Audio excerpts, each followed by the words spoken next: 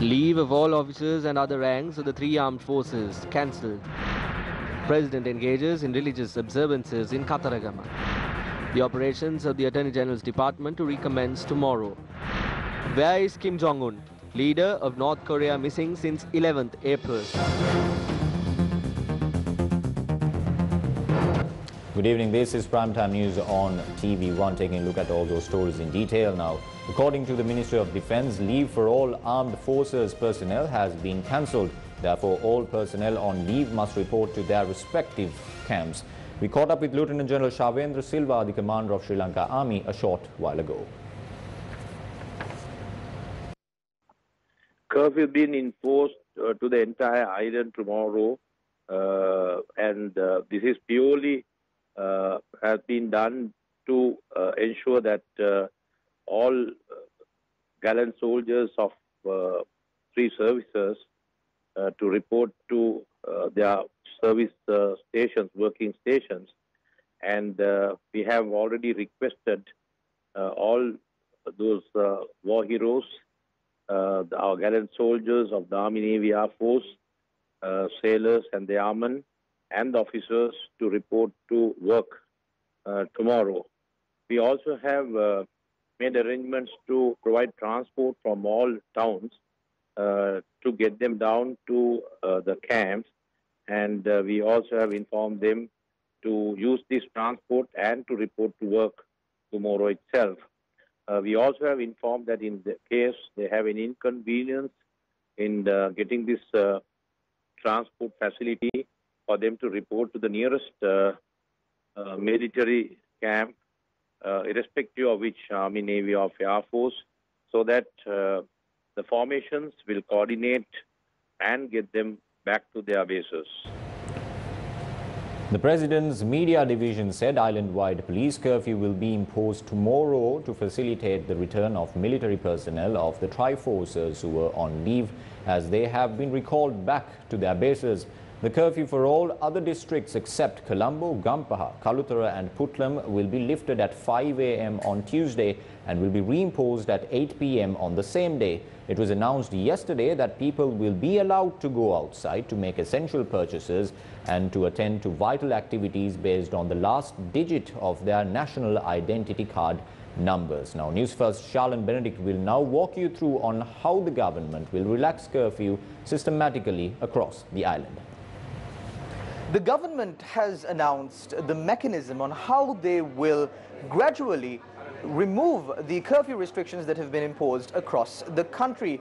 Now, starting off first with people who have been providing essential services throughout the past, those people will not face any restrictions in their movement. They will be allowed to continue providing essential services. The next category of people, those who are employed at private institutions and public institutions.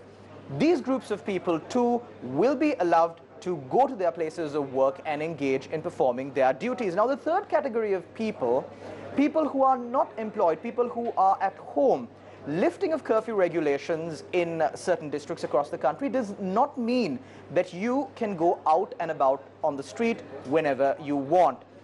When and how you can leave your houses will be determined according to the regulations that have been imposed by the government, even though curfew restrictions have been lifted. Whether you can leave your house or not will depend on the final digit of your national identity card. Now, for those who have number 1 or 2 as the final digit of their NIC card, you will be able to leave your house for essential purposes only.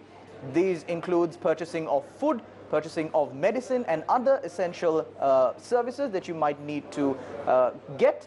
For those, you can leave your house on Mondays. For people with 3 or 4 as the final digit of their identity card, they can leave their houses on Tuesday. And accordingly, people whose ID cards end with the numbers 5 or 6 can leave their homes on Wednesdays. 7 or 8 can leave their homes on Thursdays, and those with the final digits of their NIC card being 9 or 0 will be allowed to leave their houses on Fridays. Now, all these restrictions or these regulations will come into effect when curfew is lifted in your respective districts. However, Although people who go to work will be allowed to go to work, tuition classes, schools, cinema halls, and so on, those institutions will continue to remain closed. Now, these are the restrictions that have been imposed by the government in a bid to curb the spread of the COVID-19 pandemic. This is how you can move about once curfew regulations have been lifted in your respective district. We are now joined live by Attorney at Law DIG Ajit Rohan in our primetime news bulletin tonight. Mr. Rohan, are you receiving me? Yes.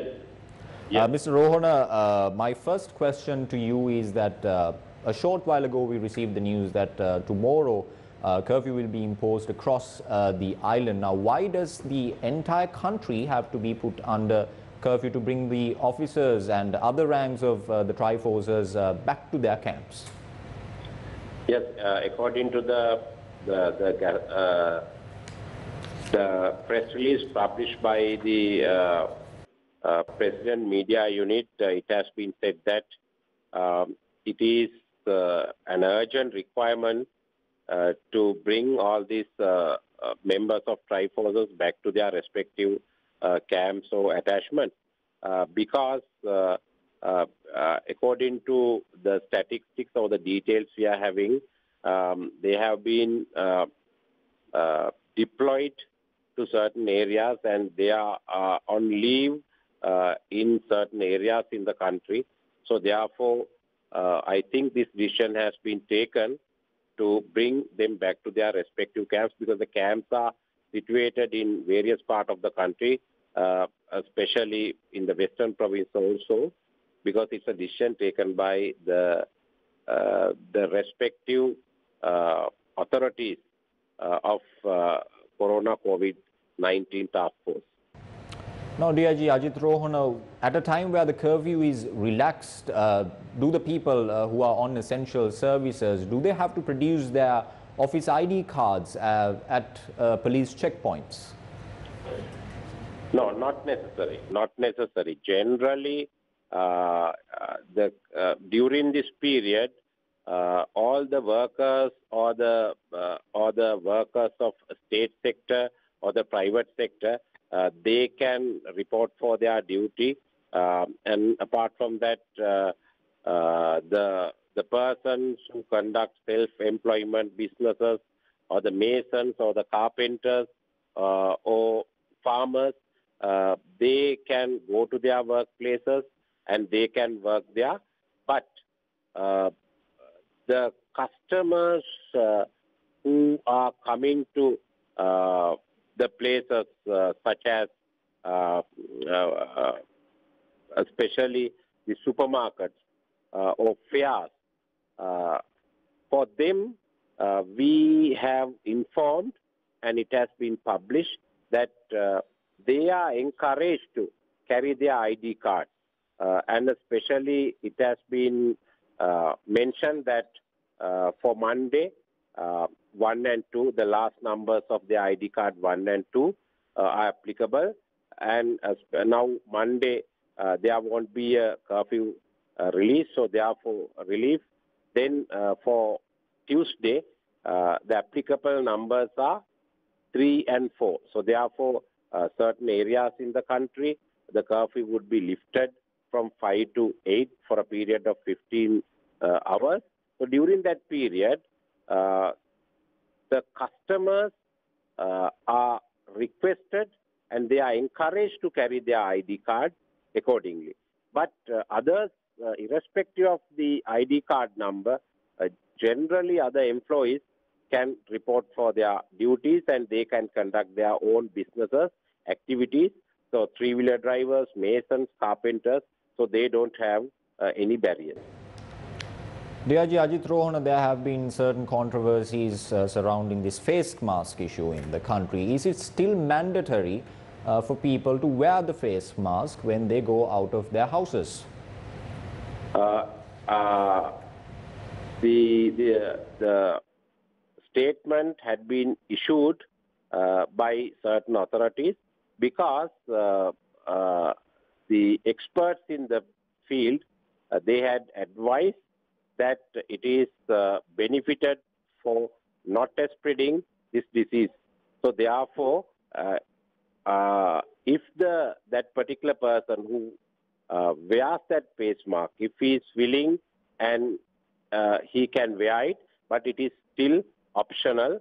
But we also have made a request on behalf of the police that, all the persons of the country who move here and there, who go on the road, if they are willing and they can wear face masks, and we have made a request in this regard.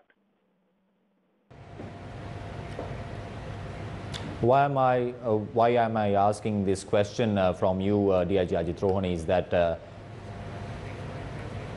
because at checkpoints there have been issues at times when people were not wearing face masks, people have met with certain issues. Is there anything that you can add to the response that you gave earlier? Yes, initial message that had been published by the police headquarters said inform the police officers to check it, but thereafter subsequent message has been conveyed to all police officers, and the message stated that it is not mandatory, it is optional at the moment. But sometimes in the future, if the epidemiologists or the experts in the field, if they say that so there is a community transmission in the country, then everyone should wear a face mask.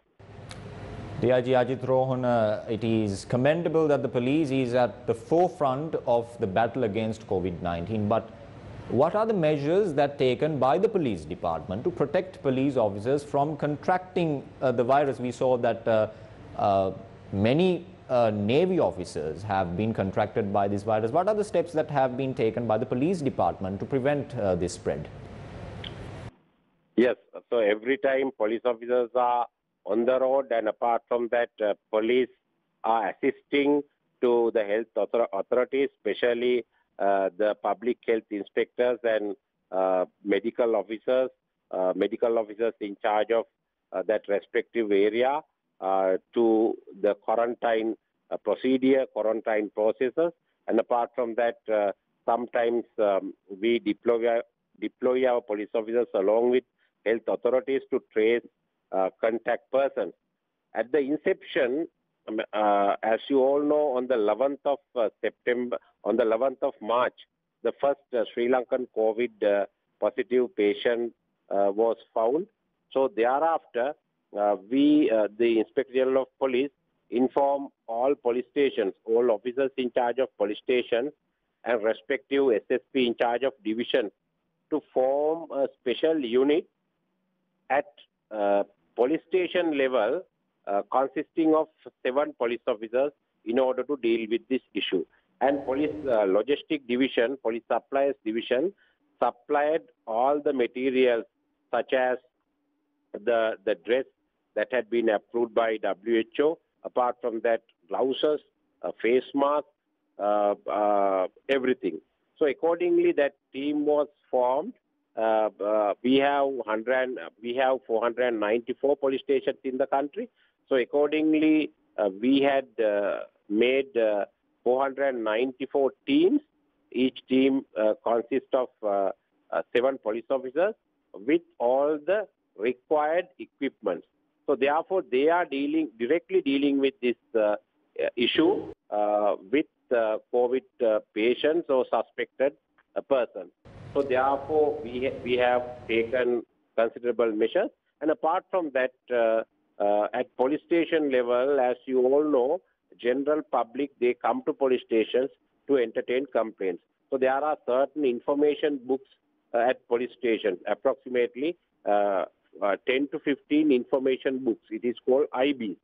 So at the inception, the Inspector General of Police informed all police stations to not to use IBs by all police officers. So generally, all the police officers, they needed to use police information books. They need to make entries in the book, but we prevented it. Thank you so much, DIG. In respect of the movement of police officers should be made by the reserve in charge or the duty officer of that particular police station. So therefore, IBs were not moved to all police officers. And apart from that, we instructed our officers in charge of police station to prepare a special place, to put up a special place to entertain complaints that are made by the general public in adhering with the quarantine rules and regulations, especially the social distancing principle should be adopted. So accordingly, a special place was constructed in front of the police station. The social distancing principle was adhered, and so therefore we were able to control the situation. In addition to that, the police officers who are deployed at roadblocks or mobile patrols, so they were given face masks and gloves. Apart from that, sanitizers and liquids, everything according to the health customs rules and regulations. So Ajit Rohana, we are so sorry to inform you that we are running a little short on time, but we will join you once again in the near future. But we would like to wish you all the very best in the battle against this coronavirus pandemic. We are now crossing over to a short commercial break. Stay tuned. ඔබ තවමත් රජයේ නිර්දේශිත ණය සහන ලබා ගැනීමට මහජන බැංකුව වෙත ලිඛිතව ඉල්ලුම් කර නැත්නම් අප්‍රේල් මාස 30ට පෙර නම, ජාතික හැඳුනුම්පත් අංකය, ඉතුරුම හෝ ජංගම ගිණුම් අංකය සහ ණය මුදල ඇතුළත් ඉල්ලීම ඇඳරි නීතිය ලිහිල් කළ ප්‍රදේශවල ඇති ඔබගේ ගිණුම පවත්නා මහජන බැංකු ශාඛාවේ කළමනාකරු වෙත හැකි විකසින් ලිඛිතව බාර දෙන්න. Does your business belong to one of these marketing communication industries? The Market Research Society of Sri Lanka invites you to join a Marcom initiative to estimate the total value of the industry with the aim of engaging the government. WhatsApp 076 887 0757 to receive the registration link. Back to the news. An all-night Dhamma sermon was held at the historic Kataragama sacred grounds to wish for the well-being of the people in the country. The sermon was attended by President Gotabaya Rajapaksa. After his arrival to the Kataragama sacred grounds, the President called upon the chief incumbent of the Kirivehera Rajamahavihara, Venerable Kobawaka Dhamminda Thero, and obtained his blessings. According to the President's media division, Venerable Kobawaka Dhamminda Thero has commended the steps that have been taken by the President to curb the spread of COVID-19. President's media division further said that 1 million rupees was donated by the chief incumbent of the Kirivehera Rajamahavihara to the COVID-19 Healthcare and Social Security Fund. The President then proceeded to carry out religious observances at the Kirivehera Rajamahavihara and made his way to the Kataragama temple. After obtaining the blessings from other temples, the President attended the all-night Dhamma sermon that was held at the historic Kataragama sacred grounds. First Lady Ayoma Rajapaksa, the former lay custodian of the Ruhunu Maha Kataragama temple, Shashindra Rajapaksa, the acting lay custodian of the Ruhunu Maha Kataragama temple at present, Dilshan Rajapaksa, and many others attended the Dhamma sermon. Taking a look at today's COVID-19 situation, the number of confirmed COVID-19 cases in the country rose to 485. A total of 25 people tested positive for the virus today. The total number of patients who recovered from the virus stands at 120. Currently, there are 358 active COVID-19 cases in the country. More news. Many instances were reported today as well where the Samurdhi beneficiaries were deprived of the 5,000 rupee concession in light of the prevailing situation of the country. A total of 163 people from 123 Vatta in Bandaranayaka Mawatha, Colombo 12 were tested. Steps have been taken to deposit the 5,000 rupees Samurdhi concession to the respective bank accounts of the Samurdhi recipients in Kohombapola, Pannala instead of handing it over to them directly. The residents allege as the banks have been closed due to the prevailing situation, they are unable to withdraw the money. However, steps have been taken to provide the monthly relief that is given to the families that have been selected as Samurdhi beneficiaries. I was only given 1,000 rupees by the Samruddhi coordinating officer. That was it. He did not give me 5,000 rupees. දුන්නේ නෑ මට. 5000 දුන්නක්ද? නෑ. ඔයාලා දෙන්නම් කියලා කිව්වද? දෙන්නම් කිව්වෙත් නෑ. මොකොත් කිව්වේ නෑ. රුපියල් 1000 මේ මාසේ රුපියල් 1000 කියලා දීලා ගියා. ඔයාලා මේ බැංකුවට දානවා කියලා කිව්වද? ඒ කිව්වෙත් නෑ. තුන්පන්. These people went and asked for their money from the Samruddhi coordinating officer on 2 or 3 occasions. සල්ලි හම්බුන්නේ නැත්තේ කියලා. News First inquired of this from the relevant Samruddhi coordinating officer. It is difficult for them to travel. We selected individuals like that and deposited their money to their bank accounts. They will be able to withdraw the money once the curfew is lifted. They can fill up the forms and withdraw their money. If it is put to your bank book, then there is no issue here. However, according to the residents, they have been further helpless when the money that can be simply handed over to them has been deposited to their bank accounts. Our officers have visited their homes to hand them the money. But according to the officer, the beneficiaries have not been home at the time. The 1,000 rupees have been handed over to the residents, but he could have given the money. I do not know whether there has been a shortcoming there. But the beneficiaries have not been impacted. Their money has been safely deposited to their accounts. Let's now take a look at the current situation with regards to the spread of the COVID-19 disease at the Valisara Navy camp.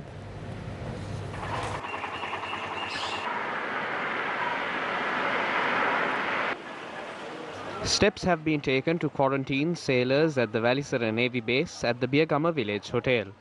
The hotel was renovated yesterday, and according to our correspondent, no person was brought to the hotel by 4:41 this evening. The hotel with 300 rooms will also be used to quarantine the Sri Lankan students brought to the country from overseas. A number of areas visited by sailors at the Valisara camp who are either suspected to have contracted the virus or have tested positive for the virus were identified yesterday.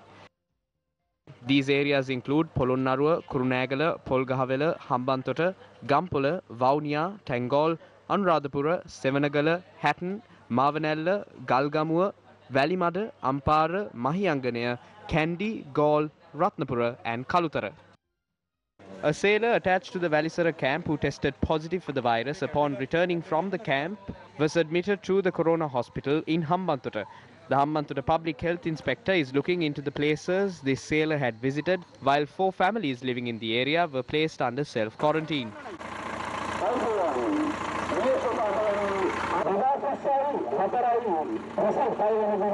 Meanwhile, people have been barred from entering or leaving the areas of Suryaweva, Veeriyagama and Ranmuduweva. This was done after a Navy sailor in the area tested positive for COVID-19. A Navy sailor attached to the Valisara Navy base who returned to his home in Palanwatta, Pannipitiya, tested positive for COVID-19 yesterday. His house and the surrounding areas were searched and his family members were sent to the quarantine centre in Mihintale. Investigations are being carried out to find out the areas visited by the sailor. Another sailor in Yahellavatta, Avissavella, tested positive for COVID-19. His family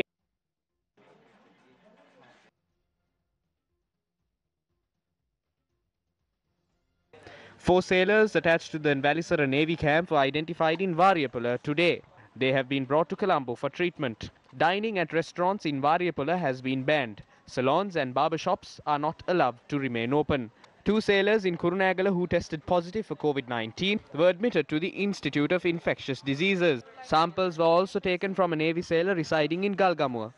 Navy sailors who returned to their homes in 15 villages in Kuliapitiya, including Katupata and Pannala, have been sent for quarantine. Samples from the sailors have also been taken for the CPR test.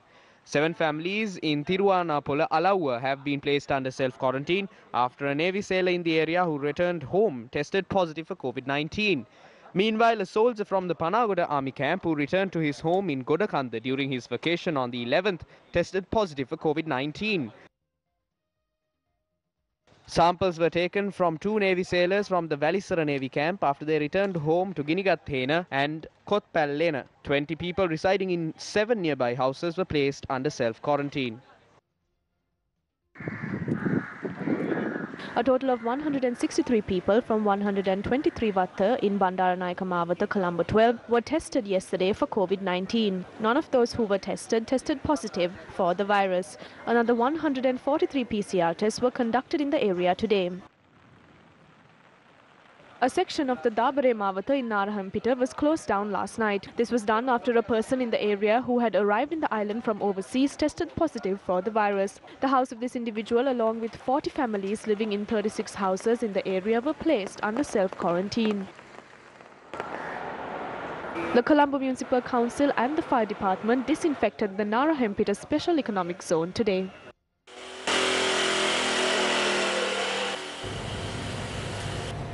All Ceylon Health Trade Union Federation convened a media briefing today.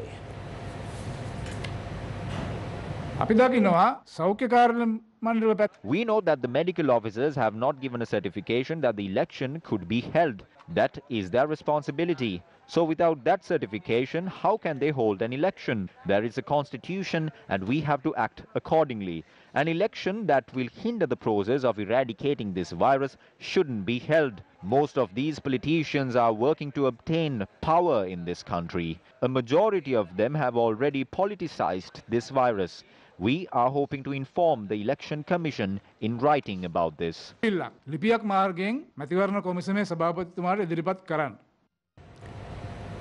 Expatriates contribute largely towards Sri Lanka's foreign reserves. However, those expatriates have made repeated requests to be repatriated to their motherland given the current situation in the world pertaining to COVID-19.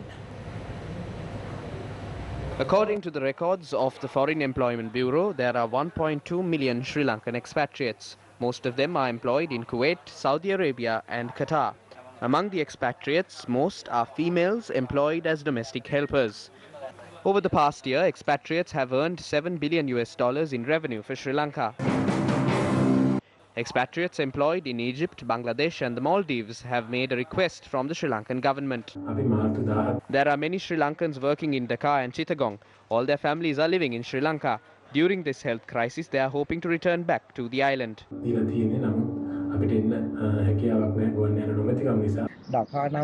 The resort we are employed at conducted PCR tests on all of us. Every result has turned out negative. We are ready to fully cooperate with the Sri Lankan government in the quarantine process.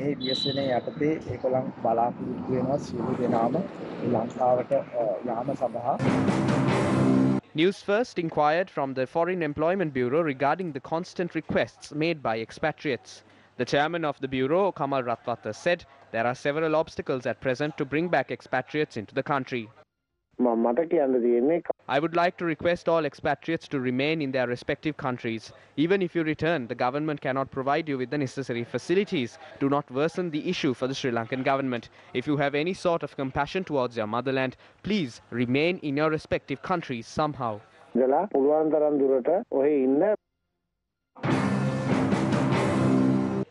The Ethara Api organizations convening a media briefing today spoke about Sri Lankan expatriates. Discussions were held on creating an environment conducive for the elections to be held on the 28th of May. But we don't see such an enthusiasm when it comes to bringing back Sri Lankan expatriates who work extremely hard to uplift the economy of the country. We believe that the fund of the foreign employment can be used for this. A sum of 17,000 rupees is charged from everyone who travels overseas for employment. Also, there is a workers' welfare officer. They are being paid. Since there is no parliament, we are questioning the government through the media. How much of money has been spent to help Sri Lankan expatriates in the Middle East who have been affected by this global pandemic? How much of money from the fund have they used? How much of money has been allocated for these expatriates by the Presidential Task Force? How much of money has been allocated for these expatriates who sent over $7 billion of foreign revenue into the country?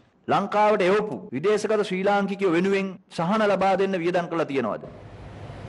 The Attorney General's department says it will resume its operations from tomorrow after Director General of Health Services Dr. Anil Jasinghe granted approval for the resumption of its activities. Activities at the Aegis Department and seized 100,000 rupees in cash and 2 mobile phones in the suspect's possession. The suspect is due to be produced before the Valimada Magistrates Court. The Kuruvita police arrested a suspect who transported a narcotic substance. Police seized 230 milligrams of the narcotic. Correspondent, the police K9 attached to the Hatton Police Division had assisted in the raid. Meanwhile, police have launched an investigation into an accident where a person broke into a wine store in Castlereagh in Hatton. The suspect had stolen a stock of cigarettes, beer bottles and 15,000 rupees in cash. Newsfirst have time and time again pointed out the plight of the people due to the coronavirus pandemic. Newsfirst's Roshan Ranatunga filed this report from Hambantota. This is the residence of Gunasena in Seenikugala, located approximately 10 kilometers away from Hambantota. 65-year-old Gunasena's mode of income was taking care of a herd of cattle. However, since the COVID-19 outbreak in the country, Gunasena has been left with no job to earn for his survival. A father of village, this. We cross over to another commercial break. Stay tuned. On the 23rd of this month, President Donald Trump claimed and suggested that disinfectant products could perhaps be injected, noting that the coronavirus has a pH value between 5.5 and 8.5, and thus eating more alkaline food can prevent the infection. However, this is completely false according to Fact Crescendo Sri Lanka, and the coronavirus does not have its own pH value. Also, meanwhile, there are several cases of animals contracting COVID-19, and Fact Crescendo Sri Lanka says that there is no conclusive evidence to suggest that pets can transmit the virus to humans. Therefore, and finally, the graveyard effectively towards farmers of this area have been destroyed.